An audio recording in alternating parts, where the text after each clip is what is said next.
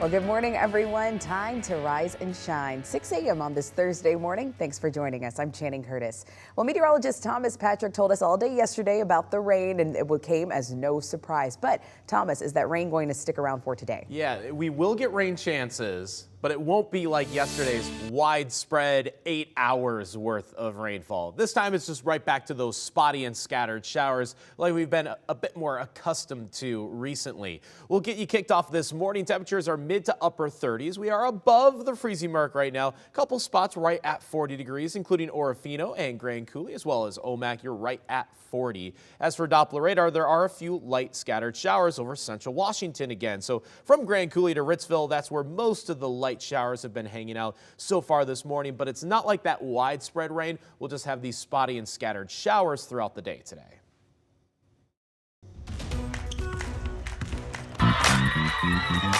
Congrats to the guys. They're going to the Sweet 16 as well. It'll kind of reflect like what Gonzaga is about and what Gonzaga basketball is about.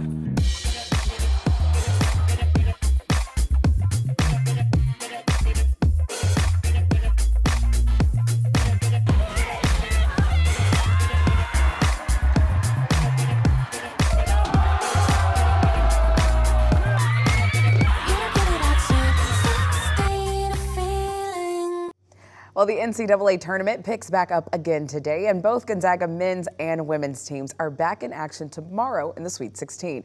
So this is the first time since 2015 that both teams have made it to the Sweet 16. The Gonzaga men will take on #1 seed Purdue tomorrow. Tip-off for that game is scheduled for just after 4:30 p.m., and you can watch the game live on TBS.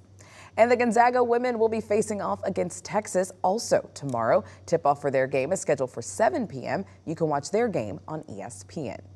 Now, as the teams hit the road, so is KREM too. Our Travis Green and Nicole Hernandez are in Detroit right now following the men's team. And they sent us a very special message when they landed last night. Take a look. Hey, everybody. We made it to Detroit.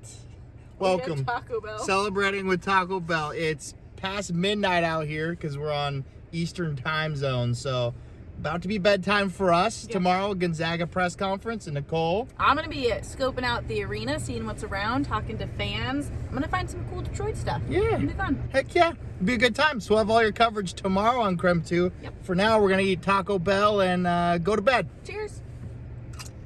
Well, like Travis and Nicole just mentioned, you can catch their live reports from Detroit starting today. They'll bring you all the updates from the GU men's and women's press game conferences today. So be sure to join us for the KREM 2 News at 4 p.m. for more from the Motor City. Now, while our local teams aren't playing today, there are several Sweet 16 matchups that you can watch right here on KREM 2. So starting at 4:09 p.m., I know, very specific times here for the NCAA tournament, the Clemson Tigers are taking on the Arizona Wildcats. Then at 6:39 p.m., the #4 Alabama Crimson Tide will face off against the #1 seeded North Carolina Tar Heels. You can catch all of those games right here on KREM 2. Now, in the meantime, the Cougs are taking on Toledo tonight in the Women's Basketball Invitational Tournament quarterfinal. That game is taking place in Pullman, so the Cougs will have a bit of an advantage with their home court. Tip-off for their game is scheduled for 6 p.m. So be sure to stick with us here at KREM 2 all day long, and especially tonight at 9 p.m. as we will have a special edition newscast. KREM 2's Andrew Quinn will break down all of the best moments from that WSU game, and our sports director Travis Green will be joining us live from Detroit with a preview of the game featuring the Zags against Purdue. Now, there is a big game taking place today. The Spokane Velocity will take on the Charlotte Independents today on the road in Charlotte. And it could be a tough matchup for the Velocity as the Independents have a strong defense with one of the best goalkeepers in the league. But the Velocity have won 3 of their first 4 games. That match is set for 4:30 today. The University of Idaho has placed its head women's volleyball coach Chris Gonzalez on administrative leave after abuse allegations over the past 2 seasons. This comes after more than a dozen players say that they've suffered mental, verbal, and even physical abuse since 2022. This is a story KREM 2 has been tracking since the players first came forward in January with their stories of body shaming, intimidation, and retaliation. Those players sat down with our Whitney Ward about their concerns. What was it that made you feel like it wasn't just tough coaching, but something that rose to a level where it needed to be reported to the university? When he started talking about being able to say and do anything he wants to the international girls on the team because they can't leave, and was ignoring injuries. That's when it really started to become like, this isn't okay.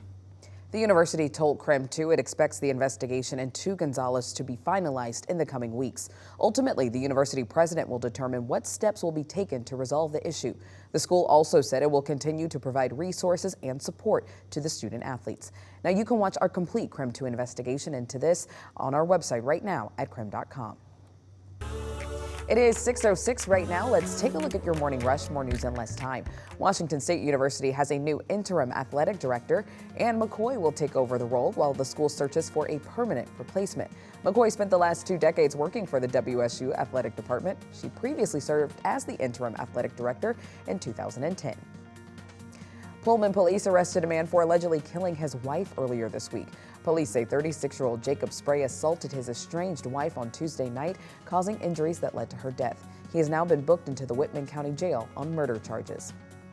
And 2 Idaho Department of Correction officers hurt in a shooting last week in Boise, now out of the hospital. The 3rd officer hurt in the shooting is expected to be released this week. Last Thursday, Boise police say that a man shot 2 officers and helped break out an inmate.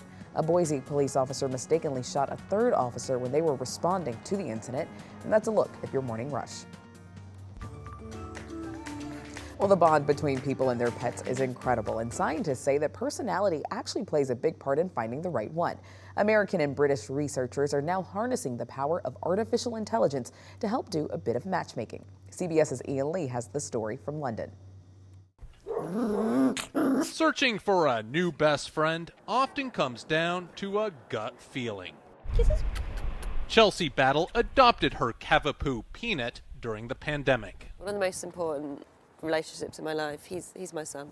While Chelsea got lucky, researchers hope artificial intelligence will take the chance out of it by predicting personality types in dogs. These personality types are defined based on the behavioral attributes, not the breed, not the gender of the dog. Using behavioral records of more than 70,000 dogs from the University of Pennsylvania, computer scientists from the University of East London developed an algorithm to classify canines into 5 groups with up to 99% accuracy.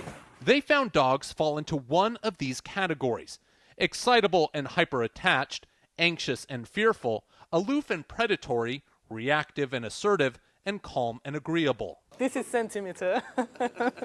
With this information in paw, researchers hope to eventually predict the best dogs for sniffing out drugs or guiding the blind. If we have an idea about the dog personality in advance, we can select the right dog for the right job. Or the right match for a family. A high-tech solution to finding the perfect pup, whatever the personality. Ian Lee, CBS News, London. It's 6:09 in this morning. Still a few light scattered showers present across central Washington. Thankfully, our temperatures are at about 37 to 40 degrees in this region of the inland northwest. So it is just all light rainfall at the moment. And it's not nearly as widespread as yesterday, but it is passing through Ritzville, Grand Coulee, and closing in on Wilbur as of this morning. It won't be widespread like it was yesterday, but we will have a handful of some scattered showers and an isolated thunderstorm opportunity through this afternoon. High temperatures do get back to about 50 degrees today. Large storm system off the northwest responsible for that, and it will continue to give us a couple of these scattered shower chances for the next couple of days. But coming up, we'll detail the Easter weekend forecast for you, so look for that in less than 10 minutes.